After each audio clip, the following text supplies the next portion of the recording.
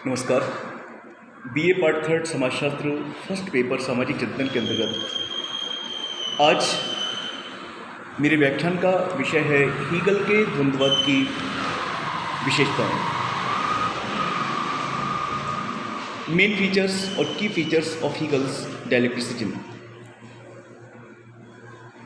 पहली बात तो ये कि हीगल के द्वंद्ववाद को समझने की आवश्यकता हमको क्यों है। हमको हीगल के द्वंद्ववाद को समझना आवश्यक है, उसकी पृष्ठभूमि में जाना आवश्यक है।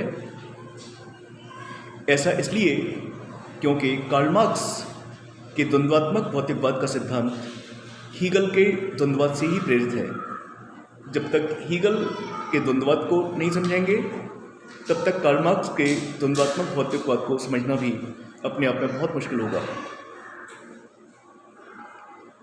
हीगल एक आदर्शवादी विचारक थे। आप कार्ल मार्क्स के वैचारिक गुरु थे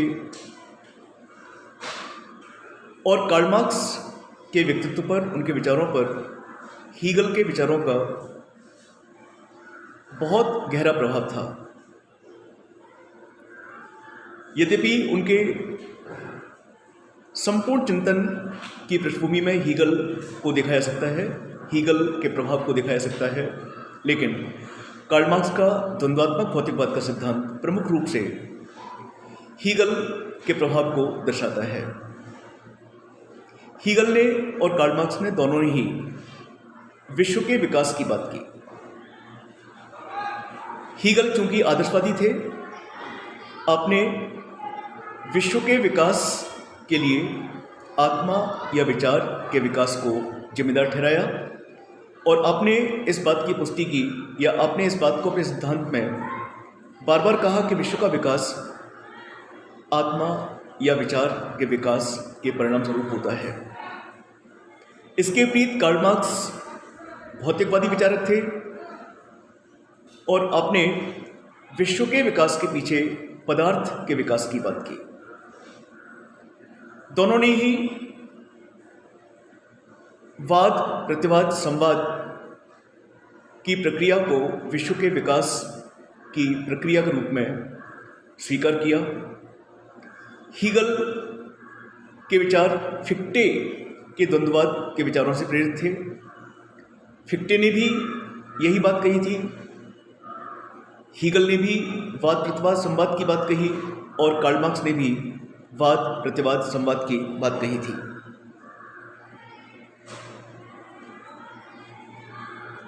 हीगल के द्वंद्ववाद की अनेकों विशेषताएं हैं जो हमें सोचने के लिए मजबूर करती हैं, जागरूक करती हैं।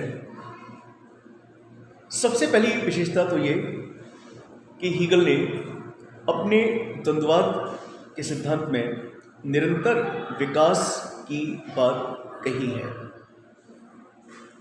अर्थात हीगल के अनुसार विश्व का विकास निरंतर होता रहता है, टेढ़े मेढ़े क्रम में होता रहता है। वाद प्रतिवाद संवाद की प्रक्रिया से होता है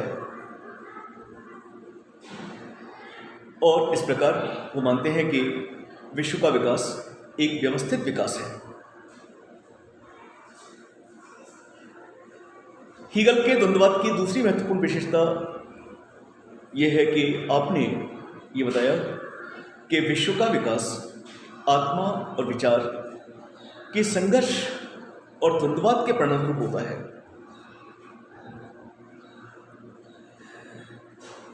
हीगल ने स्पष्ट किया है कि विश्व में जो परिवर्तन होता है या विकास होता है उसका क्रम निरंतर और गतिशील रहता है,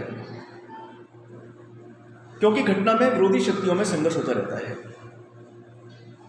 हीगल के ही शब्दों में संसार में प्रत्येक वस्तु की प्रतिवादी वस्तु अवश्य होती है, अर्थात प्रत्येक वस्तु की एक विरोधी वस्तु या प्रतिवादी वस्तु अवश्य होती है। पहले बात थीसिस होती है, उसका प्रतिवाद एंटीथीसिस होता है और जब इन दोनों में थीसिस में, एंटीथीसिस में संघर्ष होता है तो एक तीसरी वस्तु उत्पन्न होती है, सिंथेसिस, जिसे संवाद कहते हैं हिंदी में। तो thesis, antithesis and synthesis. Hegel के द्वंद्ववाद की अगली विशेषता के रूप में हम कह सकते हैं कि विश्व के विकास की गति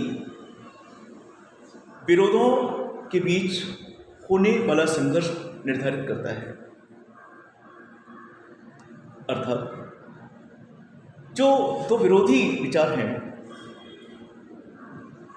उनमें संघर्ष की गति क्या है, उनमें संघर्ष किस स्तर का है, विरोधों के बीच या विरोधाभासी विचारों के बीच जो संघर्ष होता है वो संघर्ष ही विश्व के विकास की गति को सुनिश्चित करती है, दिशा प्रदान करती है।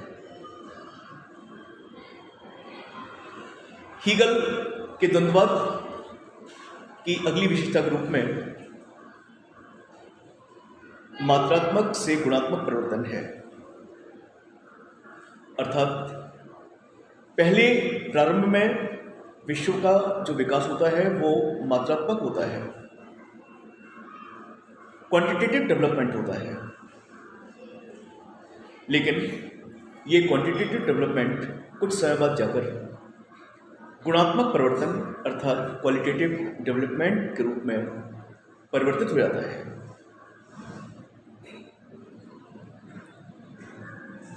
और इस प्रकार कार्ल मार्क्स का द्वंद्ववाद, हीगल का द्वंद्ववाद विचार को एक निर्णायक वाद के रूप में स्थापित करता है और इस प्रकार हीगल इस बात को स्वीकार करते हैं कि विश्व का विकास विचारों और आत्मा के विकास के परिणाम स्वरूप ही होता है। मुझे उम्मीद है कि मेरे द्वारा हीगल के द्वंद्ववाद की जो विशेषताएं सरल शब्दों में बताई गई हैं समझ में आई होंगी। निश्चित रूप से आज का मेरा व्याख्यान उन विद्यार्थियों के लिए बहुत आवश्यक है, बहुत महत्वपूर्ण है जो कार्ल मार्क्स के चिंतन से परिचित होना चाहते हैं, कार्ल मार्क्स के विचारों से अवगत होना चाहते हैं। धन्यवाद।